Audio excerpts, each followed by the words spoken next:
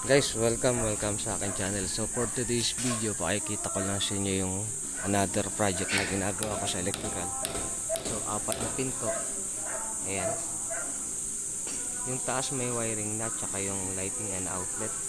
Yung baba under construction pa rin, and then yung taas hindi pa rin naman finish. So ayan yung aking ginagawang apartment. 4 na pinto. Ayun, isa, dalawa yung sa baba, and then 3, and then 4. And then malapit lang dito meron akong isang ginagawang residential project. Hindi naman siya kalakihan, pero pagagandahin daw siya ng may-ari. So yung may-ari, yung contractor ko rin. So pakikita ko sa inyo guys yung isa kong ginagawang project. So ito yung dati kong ginawang model house. Nakita niyo na yan sa video ko. So hindi yan yung ginagawa ko. Ito yung katapat. 2-story with high ceiling. And then makapag-chipping na ako dito ng mga outlet, mga switches, panel board wala pa. Ay mga pogi nakatambay, yung taas waiting for instruction. Ito yung mga makapal yung palitada. Ito yung isa kong ginagawang project. So ayan, pakikita ko sa inyo pag ito natapos na. So ito may second floor ito.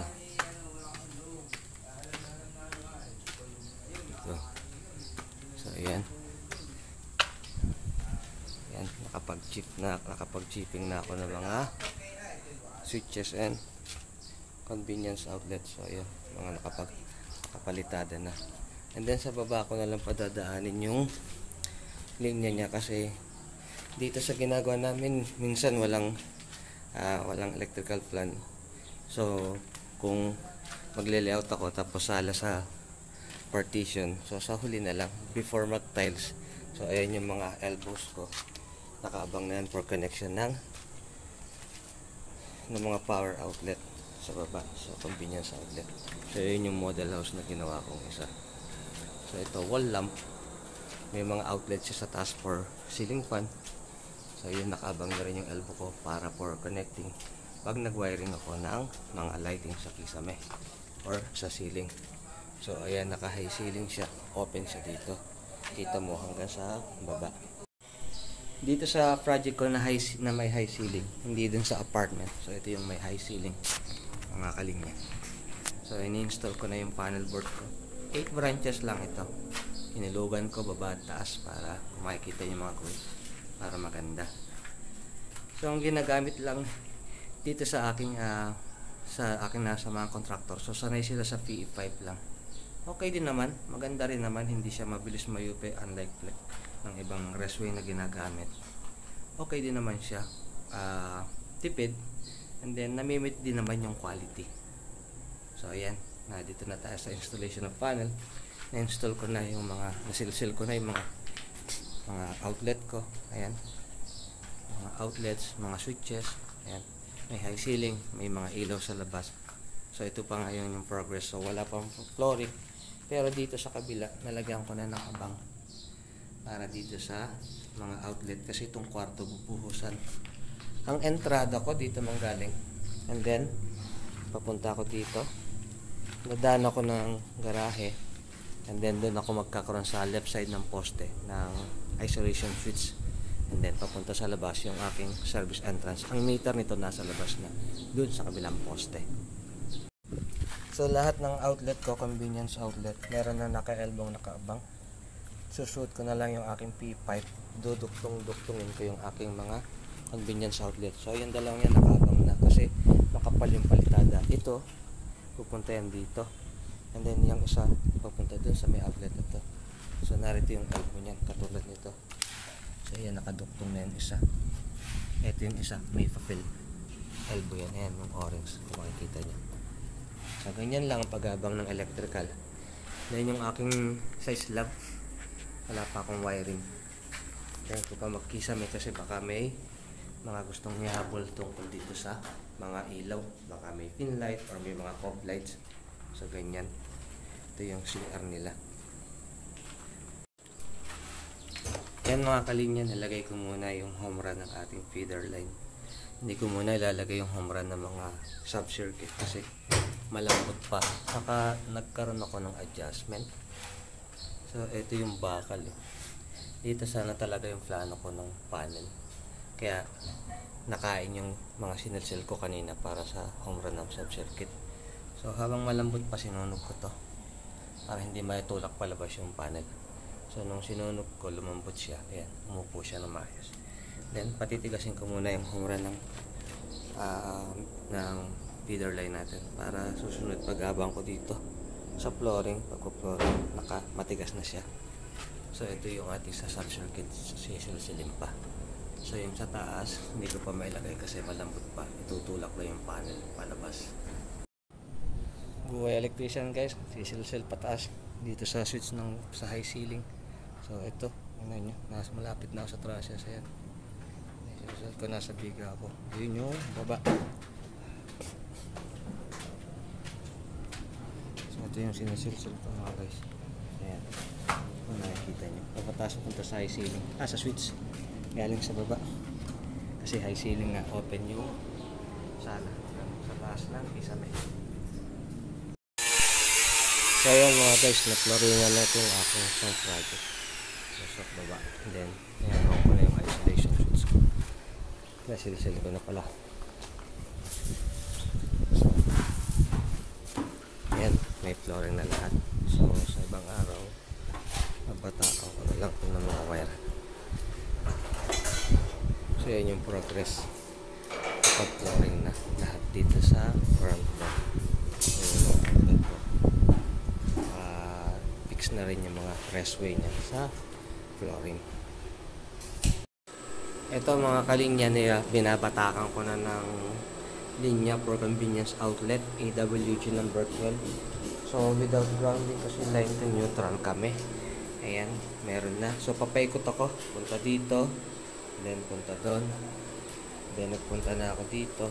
Ayan, and then dito na sa CR outlet para sa lavatory, pang shade. And then ang kasunod nun, nandun.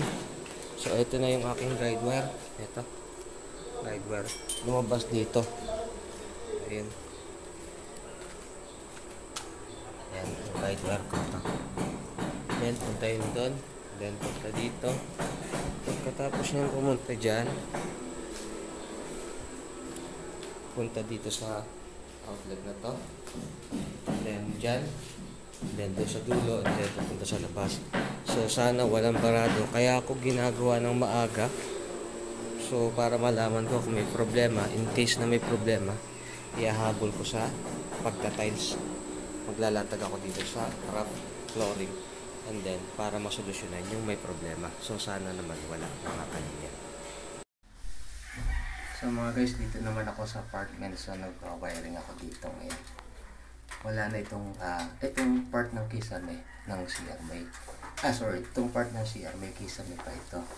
Kaya lang yung ibang part pakikita ko sa inyo. Nabatakan ko na ng wire, i-splice na lang. So walang kisame yan. So ayan yung iba, nalagyan ko na ng mga wire, i-splice ko na lang. So yung iba marami. So mamaya papakita ko. Ito, switch line, double walling. And then may mga outlet ako nilagay dito. So ito yung sa apartment. So ayan, naka-cable pulling na ako. I-splice ko na lang mga kalinya. So ayan, ilo yun dito sa kwarto. Mamaya pakita ko sa inyo mga kalinya. Hindi ko man mapakita pero ayan, nag-cable pulling na ako. So dito sa part na to wala tong kisame.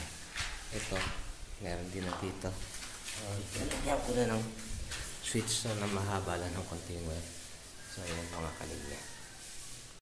Mga kalinya, dito naman ako sa ikatatlong pinto ng apartment.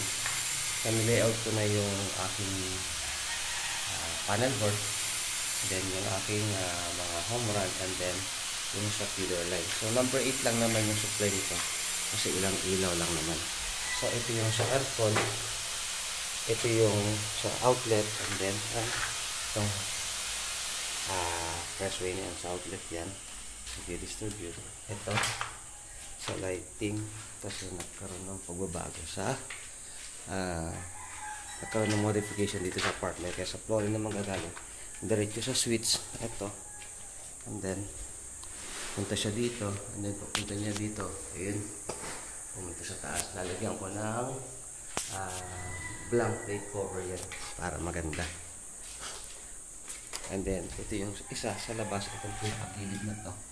Ayan. Papunta yan sa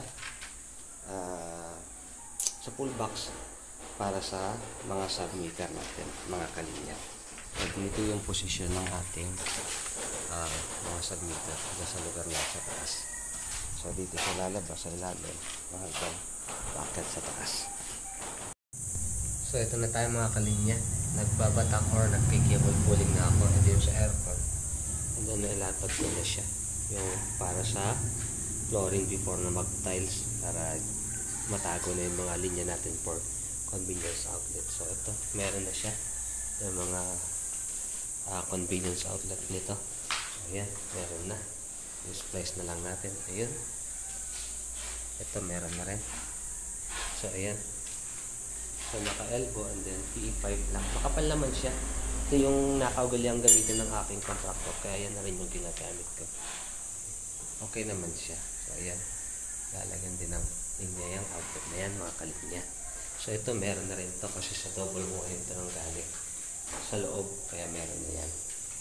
So ang mga lalagyan pa natin yung ating papunta sa ating feeder line. So number 8 line feeder line. Ayan. Papunta yun doon sa taas. Pagka okay na yun, pakikita ko sa inyo mga kalinya.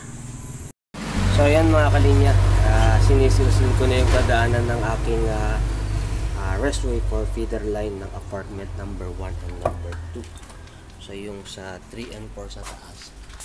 Ayun, nakapasok na doon sa pull box sa parting right side sa taas. So ayan siya. So kinat ko may elbow para pwede ko pa siyang paghiwalayin in case na may hirapan akong i-full yung feeder line ko. So number 8 lang naman ang gagamitin kong feeder line.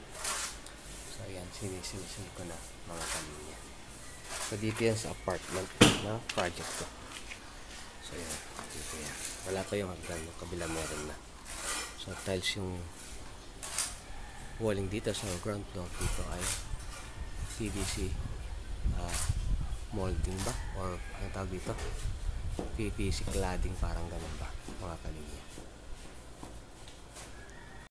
Ayan na mga kalinya. So na-layout ko na siya.